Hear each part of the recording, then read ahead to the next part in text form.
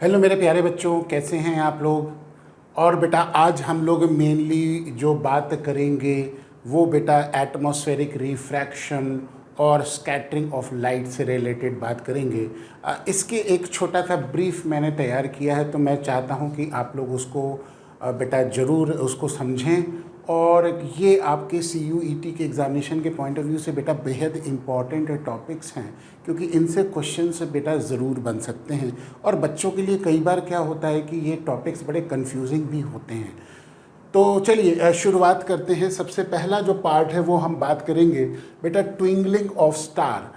Twinkling of star यानी कि star जो है वो ट्विंकल करता है। ये क्यों करता है? ये बेसिकली इसका फिनोमेना जो होता है वो एटमॉस्फेरिक रिफ्रैक्शन की वजह से होता है।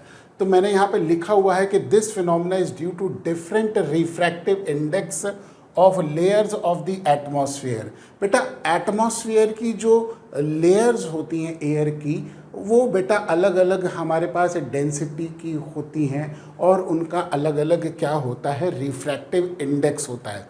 तो the air near the surface of earth is optically denser. तो होता क्या है कि जो सरफेस ऑफ अर्थ के करीब में है ना, वो ऑप्टिकली डेंसर होती है ज़्यादातर केसेस में। तो इसका मतलब जो हमारे पास उससे ऊपर जो होती है वो ऑप्टिकली रेयर होती हैं।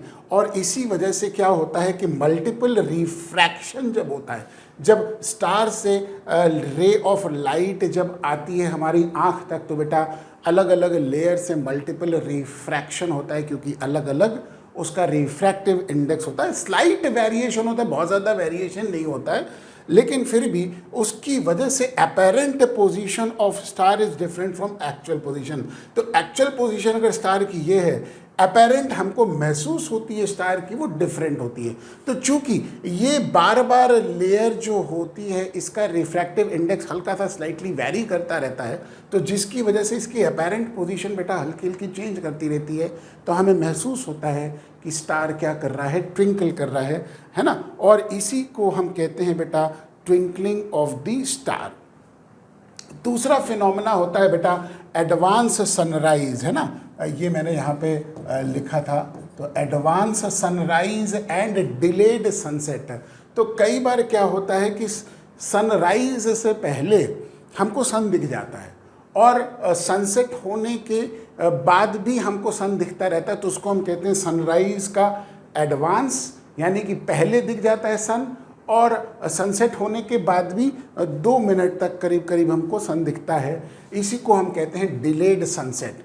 और ये भी बेसिकली एटमॉस्फेरिक रिफ्रैक्शन की वजह से होता है ना। वही मैंने आपको बताया कि बेटा air near the surface of the earth optically denser होती है, और जिसकी वजह से ये अगर एक्चुअल पोजीशन सन की है तो ये देखो रे की बेंडिंग हो गई, और जब बेंडिंग होती है तो ये बेटा यहाँ पे हमारी आँख पे जब ये रे पहुँचेगी, तो अब जब हमारी लाइन ऑफ साइट है वो तो सीधे देखेगी ना।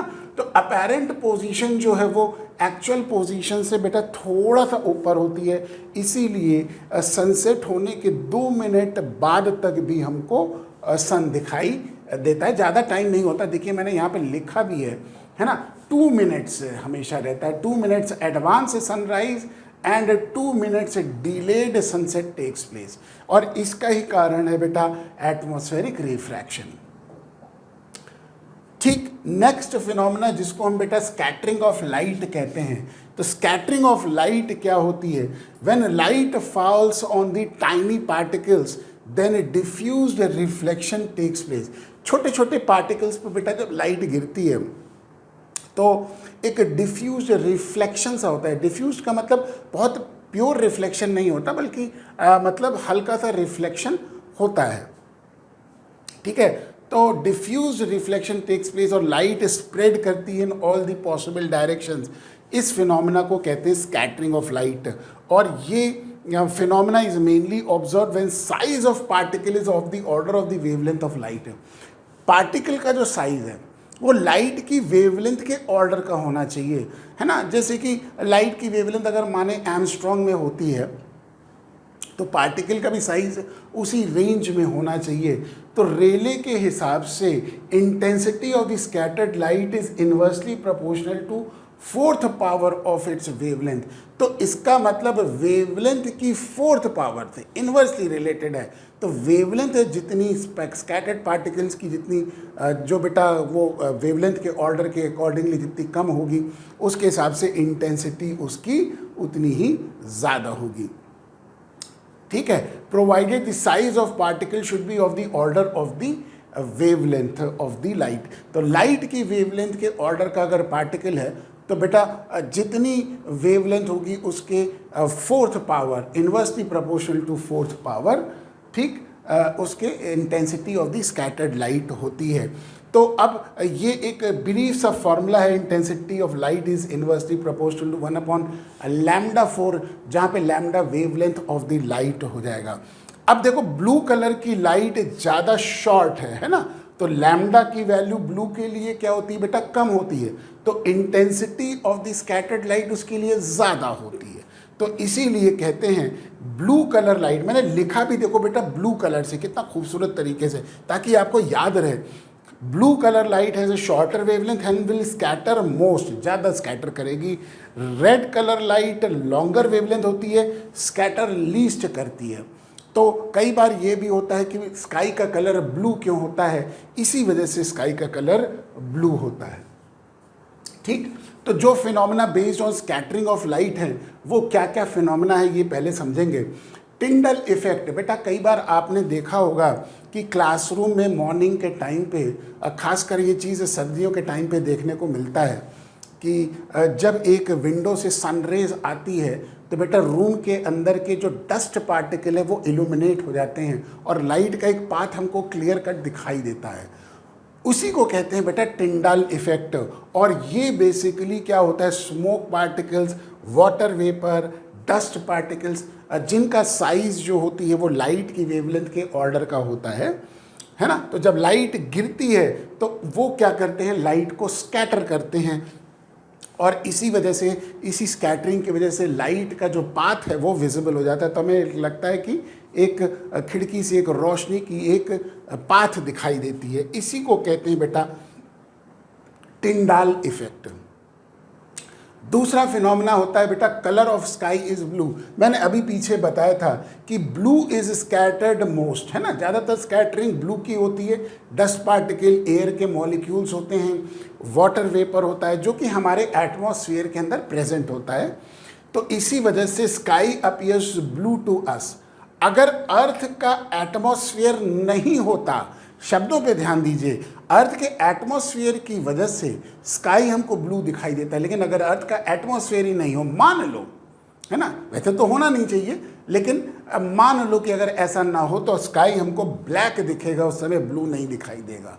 ठीक, तो blue colour of the sky is basically because of the scattering from the atmosphere, है ना, scattering of light from the atmosphere. Next phenomena जिसको हम कहते हैं बेटा क्लाउड अपीयर्स वाइट। क्लाउड सफ़ेद क्यों दिखाई देता है ना, वही बात होगी, बादल सफ़ेद दिखाई देता है, आसमान नीला दिखाई देता है, ऐसा क्यों होता है, ये फिनोमेना है। तो cloud consist of mainly water droplet and ice crystal. ज़्यादातर क्लाउड के अंदर छोटे छोटे आइस के क्रिस्टल्स होते हैं या वाटर के ड्रॉपलेट्स यानी कि वाटर वेपर होता है, which has a size greater than the wavelength of light. इनका साइज लाइट की वेवलेंथ से थोड़ा सा बड़ा होता है और इसीलिए all colours of light are equally scattered by them. तो इसी वजह से सारे कलर ऑफ लाइट जो होते हैं वो इक्वली स्कैटर होते हैं और जिसकी वजह से ओवरऑल इफेक्ट वाइट कलर दिखाई देता है।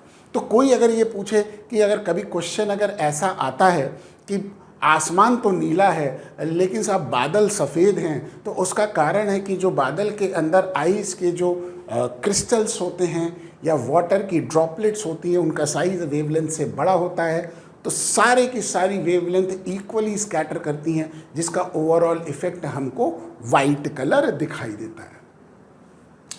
नेक्स्ट फिनोमेना सनराइज और सनसेट पे सन अपीयर्स रेडिश, लाल दिखाई देता है सनराइज के टाइम पे और सनसेट के टाइम पे। ये आपने बड़ा कॉमन सा फिनोमेना ऑब्जर्व किया होगा और नहीं भी किया है तो आप किसी दिन सुबह जल्दी उठ के देख भी सकते हैं इन चीज़ों को। तो होता क्या है कि सनराइज और सनसेट में जो रेज ऑफ लाइट है वो मैक्सिमम डिस्टेंस ट्रैवल करती है क्योंकि वो हॉराइजन के नीचे होता है। और इसीलिए मोस्ट ऑफ दिस कलर जो होता है वो स्कैटर कर जाता है। ज़्यादातर कलर क्या कर जाएगा, स्कैटर कर जाएगा, क्योंकि जितना लंबा पाथ होगा उतना लाइट स्कैटर करती चलेगी।